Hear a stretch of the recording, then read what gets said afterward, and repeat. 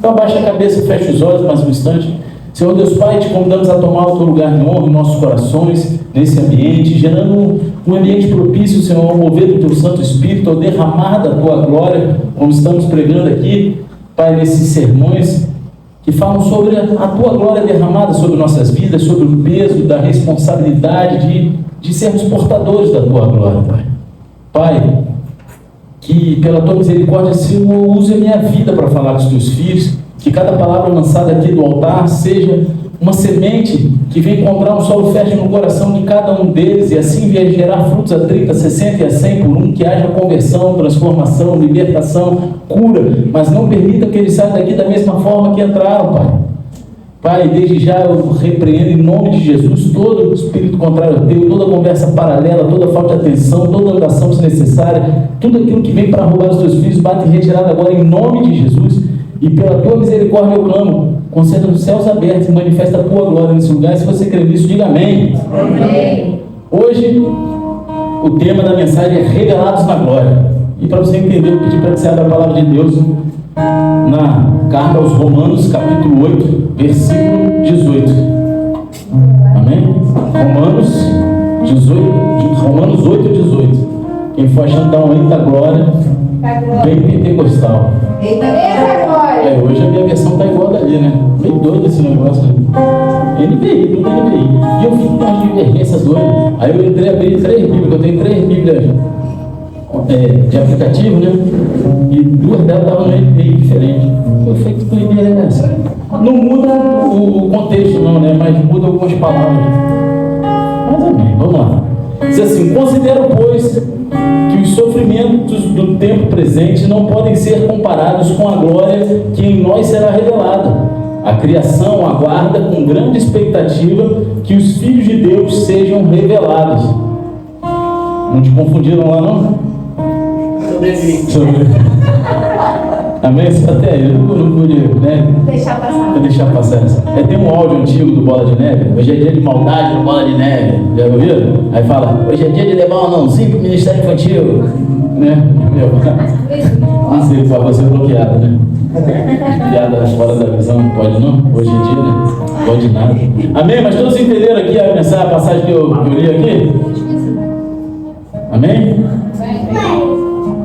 A glória de Deus, igreja, ela não é apenas um evento momentâneo, mas ela é um processo contínuo de revelação. Ela começa dentro de cada um de nós, silenciosamente, como uma semente, e ela vai crescendo até ela se tornar visível ao mundo. Essa é a glória de Deus.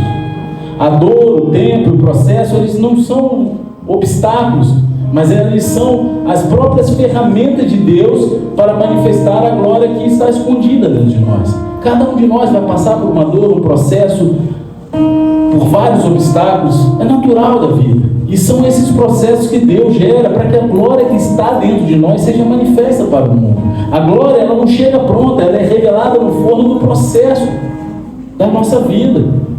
Em Colossenses 1:27 diz assim: Cristo em vocês, a esperança da glória. Amém? A glória de Deus, ela não começa com luzes, mas ela começa com silêncio. Ela não surge em público, mas ela é gerada no secreto. Paulo, ele chama essa realidade de mistério oculto por gerações, porque desde o princípio o desejo de Deus não era apenas visitar o homem, mas era habitar dentro do homem. Esse é o desejo de Deus. Essa verdade, ela revolucionou a fé cristã. No Antigo Testamento, a presença de Deus, ela se manifestava em templos, né? Como a gente já tem visto aqui, né? No Sermão 1, no Sermão 2, né? Nuvens e altares. Mas em Cristo, a glória, ela mudou de endereço. Ela não é mais, ela não está mais presa a lugares físicos construídos por mãos humanas, porque Jesus, ele se fez carne e agora ele habita em nós. E é por isso que Paulo usa a expressão Cristo em vocês, a esperança da glória. A palavra usada aqui, esperança, ela vem do grego elpis, que fala de uma expectativa certa, não de uma possibilidade distante. É algo que é certo de acontecer. Sabe quando você tem esperança em algo que você sabe que vai acontecer? Por exemplo, eu sei que o Flamengo vai ser campeão da Libertadores. Estou brincando. É uma expectativa que não é certa. Estou brincando, eu falei isso aqui, mas eu sei que não é certa. A gente vai enfrentar um time forte também. Mas sabe que você tem esperança de um culto de domingo vai acontecer? Vai acontecer, porque ele está marcado. Então essa esperança que Paulo fala aqui é uma expectativa de algo certo de acontecer, né? Ou seja, a glória ela já foi plantada, ela só aguarda o tempo da revelação. E assim como uma semente ela carrega dentro de si uma árvore inteira, né? Porque a semente ela é desse tamanho, mas dentro dela tem uma árvore gigante. Dependendo do tipo de árvore que é aquela semente, você imagina uma mangueira. Cara, né? O caroço da mangueira é a semente, não é isso? É desse tamanho. E o tamanho que fica a mangueira? Ela carrega dentro de si uma árvore inteira. A glória também, ela começa pequena, ela começa invisível, ela cresce através dos processos da vida. Só que toda semente, ela precisa ser enterrada antes de florescer. O solo da dor, do silêncio e da espera é o ambiente onde a glória ela é incubada. Pedro ele declara o seguinte lá na primeira carta de Pedro, capítulo 1, versículo 7: estas provações mostrarão que a fé que vocês têm é verdadeira, sendo muito mais valiosa que o ouro. O ouro, ele é purificado no fogo, né? O ourives, quantos aqui já viram o processo de um ourives? Quantos já viram? Meu pai mexia com ouro. Cara, eu fui uma vez na fundidora que meu pai tinha, que era lá em Bom Sucesso, galpão, né? Era um galpão lá. E cara, eu era moleque, eu me lembro que eles botavam o ouro, né? Que não era puro. Meu pai ele fazia linguagem de ouro puro, 999. Ele tinha patente esses negócios aí do governo, enfim. E aí, cara, o cara derretia, ele botava fogo naquele negócio e aí ia subindo as impurezas e o cara ia tirando, até que quando purificava ela virava tipo um espelho, o ouro. Refletia o nosso rosto no ouro ali, e ali a gente sabia que estava puro. Ou seja, ele era purificado no fogo. O ouro ele precisa passar pelo fogo para ficar puro, e a glória ela é moldada pela pressão. Essa é uma grande verdade. Deus ele não envia a glória a quem não passou pelo forno da fidelidade. Ele não vai derramar glória em cima daqueles que não passaram pelo forno da purificação da fidelidade. A presença que brilha em público, ela é sustentada pelo caráter que foi forjado no culto. A pressão, ela revela o ouro, e a dor revela a glória. Às vezes a gente não entende as dores, as dificuldades que a gente passa, mas muitas delas é onde Deus está forjando a gente para revelar a glória dele através da nossa vida ao mundo que está ao nosso redor. Deus ele nunca desperdiça uma lágrima. Cada deserto ele tem um propósito, cada perda tem um ensino, cada espera tem glória escondida. O que hoje parece humilhação será no tempo certo a plataforma para a revelação, né? E de humilhação os vascaínos entendem, né? Tem que brincar, né? É que hoje o cara veio no café com vassoura vestido de pano de saco, né? E aí eu falei que ele levou ao pé da letra que ele estava escrito na Bíblia: os humilhados serão exaltados. Ele falou: pastor, eu sou vascaíno porque eu quero ser exaltado lá na frente, né? Estratégia, né? Vocês verão a glória. Vocês verão a glória de Deus. Glória a Deus. Então hoje o que parece humilhação, no tempo certo pode ter certeza que vai virar a plataforma para a revelação da glória de Deus na sua vida. Jesus ele mesmo disse lá em João 12, 24: se o grão de trigo não cair na terra e não morrer, continuará ele só, mas se morrer dará muito fruto. E assim também é a glória. Ela morre para o ego, ela é enterrada no processo e ressuscita em forma de testemunho. A glória, ela não nasce no palco, mas ela nasce na cova. E quem suporta o anonimato está sendo preparado para o derramar de Deus. Em Romanos 8,19, Paulo ele fala o seguinte: a criação aguarda com grande expectativa que os filhos de Deus sejam revelados. A manifestação dos filhos. O apóstolo Paulo, ele escreve essa frase poderosa em um contexto de tensão espiritual. Paulo ele não está ali tranquilo, não, tem um contexto de tensão. A humanidade geme, a natureza sofre, toda a criação está numa expectativa santa. É um tipo de parto espiritual que Paulo estava falando aqui, aguardando o surgimento de uma geração de filhos maduros, cheios da glória de Deus. A palavra usada por Paulo aqui, revelados, é Apocalipse, né? Que revelação é o mesmo do livro de Apocalipse, que é a revelação, né? Em algumas versões, em inglês eles não chamam de Apocalipse, eles chamam de Revelation. Amém? Então é a mesma palavra, que não significa fim, mas sim revelação. É a própria revelação, ou seja, algo escondido dentro de você que o próprio céu espera ver e emergir, ser colocado para fora. Há uma glória velada dentro dos filhos de Deus, uma presença que ainda está sendo desvendada pelo processo da maturidade espiritual em cada um de nós. Pense nisso, desde a queda de Adão, a criação ela foi sujeita à corrupção, e desde então a terra suspira pela restauração daquilo que foi perdido no Éden. A comunhão perfeita entre o Criador e o homem, é isso que foi perdido no Éden. Eu costumo falar que a Bíblia ela foi separada em duas partes. Primeiro, o plano original de Deus, o paraíso, o Éden.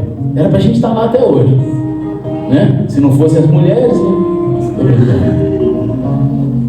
Mas o resto da Bíblia é Deus querendo voltar a ter um relacionamento íntimo no coração do homem.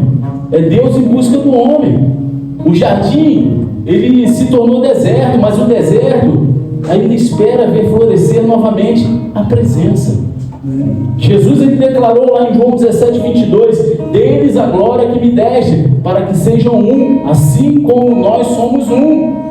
Somos um, amém? E isso significa que a glória não é algo que virá, mas é algo que já está depositado dentro de nós. Já está em nós. Ela já está. A questão não é se Deus vai liberar a sua glória. A questão é se estamos dispostos a ser desvelados por ela. Você está disposto a ser desvelado pela glória de Deus? Deus ele está levantando uma geração que não apenas conta ou fala sobre um avivamento, mas que se torna o próprio avivamento. As pessoas falam muito de avivamento da Rua Azusa, avivamento disso, cantam que seja assim escrito em Joel e não sei o que. Cara, mas Deus ele quer levantar, ele está levantando uma geração que vai ser o próprio avivamento. Filhos que não falam da glória como um conceito, mas que vivem como reflexos vivos dessa glória. O mundo ele não precisa de mais influenciadores, ele precisa de filhos influenciados pela glória. A criação, ela não espera por títulos, cargos ou famas. Ela geme por autenticidade, por homens e mulheres que manifestam o reino nas ruas, nas casas, nas empresas, nas redes sociais, onde quer que a gente pise a planta do nosso pé. Quando você entende que é em Cristo,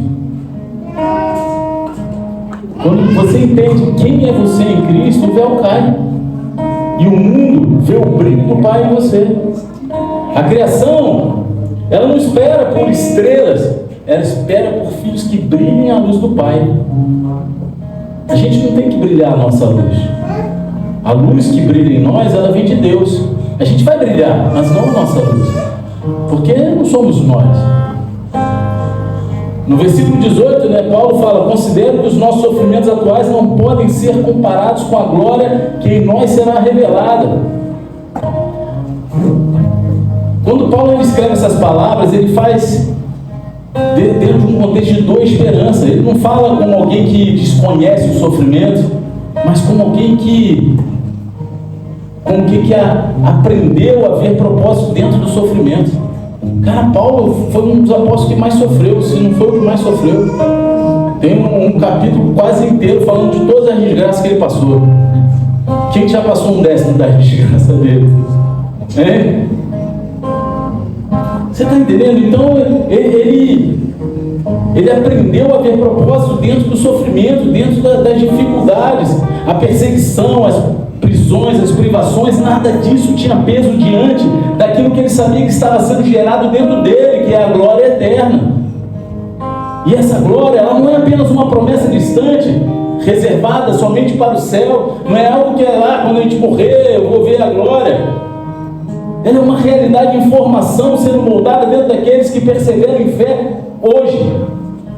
Se a gente perseverar, a gente vai viver e vai manifestar a glória de Deus que está dentro de nós, porque ela já foi depositada. Por isso, a glória futura, ela exige responsabilidade presente. A fé verdadeira não é uma fuga da dor, mas é uma maneira de atravessá-la com propósito.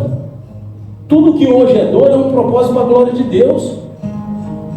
Muitas dores que a gente não entende, dificuldades, muitas vezes na hora que a gente está passando, eu estou falando por mim mesmo. Tem horas que a gente fala, Deus, por quê? Só que a gente tem que mudar a pergunta, para quê? É para manifestar a glória dele. Aonde? Deus vai te mostrar no momento certo. Paulo, ele entendeu isso quando ele declarou em Gálatas 2:20: já não sou eu quem vive, mas Cristo vive em mim. Sabe, cada um vai ter a sua dor para suportar, cada um vai passar pelo seu deserto, cada um vai ter o seu processo. Tem uns que têm mais processo, outros que têm menos. Mas a grande verdade é que quando a gente olha para o nosso processo, a gente olha para a vida dos outros, a gente acha que a grama do vizinho é sempre mais verde. Ah, a vida do outro é bem mais fácil. Não é assim que às vezes a gente pensa? Só que, meu irmão, só o Espírito Santo sabe a dor do propósito de cada um. Aqui, Paulo ele não estava falando de perfeição, ele estava falando de rendição. O homem que carrega a glória, ele não pode viver de qualquer forma. Ele precisa andar com a mente purificada, o coração rendido e passos alinhados com o propósito eterno. João ele confirma essa verdade quando ele escreve lá na primeira carta de João, capítulo 3, versículo 2: sabemos que quando ele se manifestar, seremos semelhantes a ele, pois veremos como ele é. E logo ele acrescenta no versículo 3: todo aquele que nele tem essa esperança purifica a si mesmo, assim como ele é puro. Amém. Ou seja, a esperança na glória futura não é um convite à acomodação, a você ficar lá tranquilinho, acomodado, mas é um chamado à santificação. Quem realmente crê na volta de Cristo vive como quem está se preparando para esse encontro.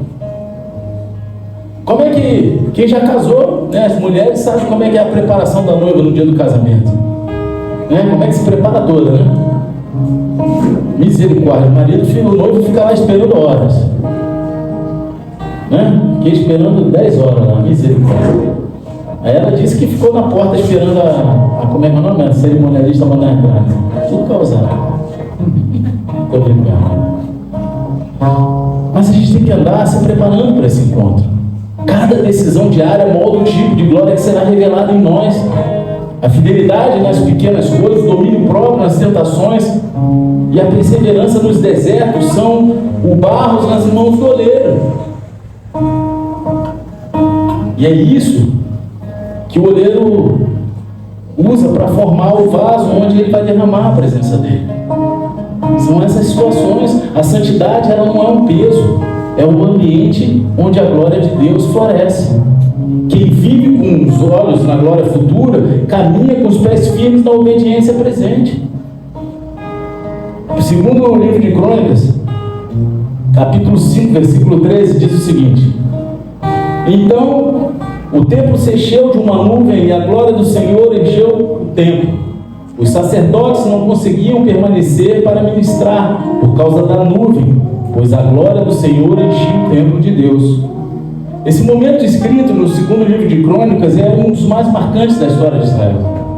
Salomão, ele havia acabado de terminar a construção do templo, uma obra majestosa, símbolo de adoração, símbolo de comunhão, de santidade. Só que antes que a glória se manifestasse, houve santificação. Os sacerdotes, eles se consagraram, os levitas alinharam seus corações, o povo, ele se uniu em adoração e o altar foi purificado. Só depois de toda essa santificação, de toda essa purificação, só depois disso tudo, a nuvem da glória desceu naquele lugar. A glória de Deus, ela não habita em qualquer lugar, ela procura um ambiente que foi preparado para ela habitar. Ela procura um ambiente onde as pessoas se... Oi, afetou? É não? Botar uns sangue de fogo ao redor ali, muralha de fogo, com espadas embainhadas. Todo mundo aqui é tranquilo, gente. Então a gente tem que preparar o ambiente do nosso coração para que a glória de Deus ela habite em nós. Antes da manifestação visível, vem o processo invisível, que é limpeza, arrependimento, rendição. A mesma glória que encheu o templo de Salomão, que é hoje encher outro tipo de templo, que é o nosso coração. A glória de Deus ela quer transbordar no teu coração. Paulo ele lembra essa verdade lá em 1 Coríntios 3,16, quando ele fala assim: vocês não sabem que são santuário de Deus e que o Espírito de Deus habita em vocês? A glória, ela quer voltar a encher, mas agora não prédios, e sim pessoas. É por isso que muitas pessoas se enganam e falam: ah, eu sou a igreja. Não, eu sou o templo. A igreja é a junção de vários templos. São os membros de um só corpo. Aí se torna a igreja. Não precisa de um prédio físico. Onde a gente estiver reunido, a gente vai ser igreja. Amém? Um dia isso aqui pode cair e ser demolido e a gente vai se reunir em outro lugar, numa praça, numa casa, ou até em outro lugar maior ou menor. Aonde a gente estiver vai ser igreja. Cada um de nós é um templo do Espírito Santo. Vocês estão entendendo? Deus, Ele não está interessado apenas em templos de pedra, mas em templos de carne e alma. Ele quer voltar a habitar em corações purificados, em mentes transformadas, em famílias restauradas. Nos dias de Salomão, a glória foi tão intensa que os sacerdotes eles não conseguiam ficar de pé, eles não conseguiam permanecer em pé ali naquele momento. E isso nos ensina algo poderoso. Quando a glória vem, o ego cai. O ego cai, meu irmão. O cara que é cheio da glória de Deus, o ego dele vai de ralo.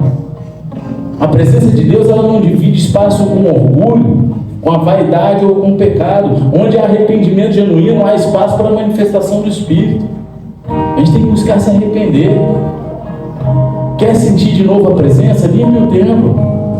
Quer ver milagres? Purifique o altar. Você quer carregar o fogo? Remova tudo que apaga o Espírito na tua vida. A ausência da glória não significa que Deus se foi, significa que algo ocupou o lugar que era dele. Alguma coisa ocupou o lugar que era dele ali. Mas a boa notícia é que a glória ela sempre volta quando o templo é restaurado. Essa é a boa notícia. O mesmo Deus que encheu o templo de Salomão, Ele quer encher a vida de cada um de nós aqui com a mesma intensidade. Em Ageu 2,9 Ele promete: a glória desse novo templo será maior do que a do antigo, diz o Senhor dos Exércitos, né? Vai ter a palavra que o Thiago leu aqui no Refúgio Flame na quinta-feira. E essa é uma profecia sobre o tempo presente. Deus Ele está levantando templos vivos que carregarão a glória maior. Não uma visita passageira, mas uma habitação permanente. A glória ela não volta onde há palco, mas onde há altar. Você quer que a tua vida seja um altar de adoração ao Senhor? Transforma a sua vida num altar e você vai ver a glória sendo manifesta. Mas entenda, você também vai passar pelos processos, porque são os processos das dores, das perseguições, das dificuldades que vão forjar você para suportar a glória de Deus, o manifestar da glória de Deus, amém? Amém. Porque senão a gente não ia dar valor. Não é que Deus sinta prazer nesse sofrimento, nessas perseguições, que Deus não sente. Deus não sente. Mas Ele precisa purificar a gente, amém? Amém? Mas Romanos 8,18 diz assim, está acabando, tá aí? Todo mundo querendo comer o sacolé da graça. Trouxe um monte hoje, não trouxe? Aí na minha mão é mais barata, hein? Tem de amendoim, coco, maracujá, doce de leite com ameixa e doce de leite com noz. Aí, fiz o merchan. Eu já li Romanos 8,18? Já, né?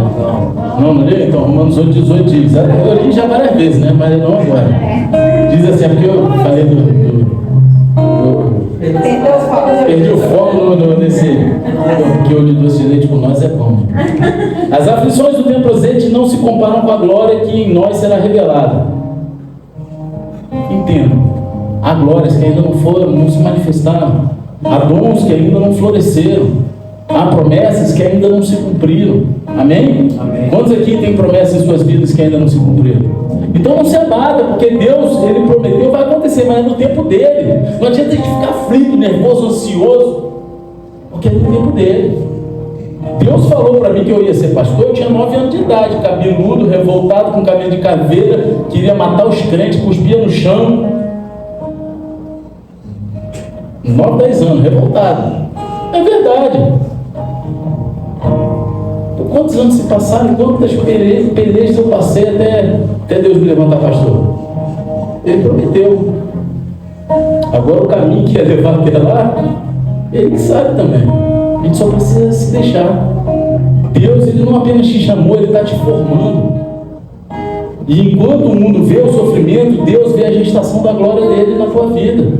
Assim como José ele foi lançado no poço antes de sentar-se no trono, assim como Davi enfrentou o leão antes de colocar a coroa na cabeça, e como Jesus também teve que enfrentar a cruz antes de receber o nome que está acima de todo nome, também você está sendo preparado no silêncio, forjado na dor e revelado no tempo certo. Deus ele está fazendo. Às vezes a gente não enxerga, não entende os processos de Deus, é difícil mesmo. Não estou falando que é fácil, é difícil. Por isso Jesus falou: nesse mundo tereis aflições, mas tem bom ânimo. Ele já venceu o mundo para nós. Só que a gente esperneia tanto que a gente não enxerga que Deus já deu a vitória. É só o tempo do processo. O processo não é o fim, é o forno da revelação. O que está sendo gerado em você é maior daquilo que está te pressionando. O ouro, ele só brilha depois de passar pelo fogo. E a glória, ela só aparece depois do quebrantamento.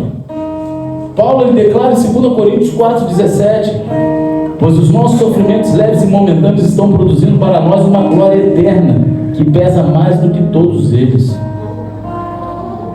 Ele não disse que a dor rouba a glória. Ele não falou isso. Paulo não falou que a dor rouba a glória? Não, mas que ela produz a glória. A dor produz glória. É isso que Paulo está falando. Ou seja, a dor ela não vem para nos destruir, ela vem para te revelar a glória dele na tua vida. O fogo que te prova é o mesmo que purifica a glória que está em você. O que Deus está fazendo em você é invisível agora, mas será público no tempo certo. As pessoas talvez não entendam o seu processo, mas elas vão ver a sua transformação. A criação, ela está esperando a sua revelação, e Deus ele está te moldando nesse momento. Então permaneça firme. Não abandone o processo, não desista no meio da caminhada, não desista no meio do processo. A pressão que você sente hoje é o prenúncio da manifestação que está por vir. Em Filipenses 1,6, Paulo nos dá uma certeza. Ele fala assim: aquele que começou a obra em vocês há de completá-la até o dia de Cristo Jesus. Amém. Quantos aqui Deus já começou uma obra na vida? Levanta a mão dentro. Ele vai completar essa obra. Ele vai completar essa obra na tua vida, tenha certeza disso. A Bíblia diz que o final é melhor do que o começo, não é esse? Então você ainda não ficou bom porque não acabou. Ainda não chegamos no final. Você ainda pode melhorar porque ainda tem coisa para viver.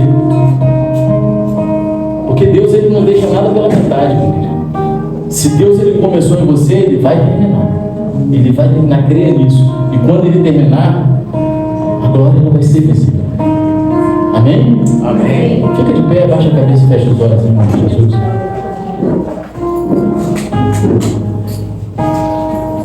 Essa noite, o Espírito Santo ele está chamando templos vivos de volta à consagração. Deus, ele quer restaurar o brilho que a dor tentou apagar.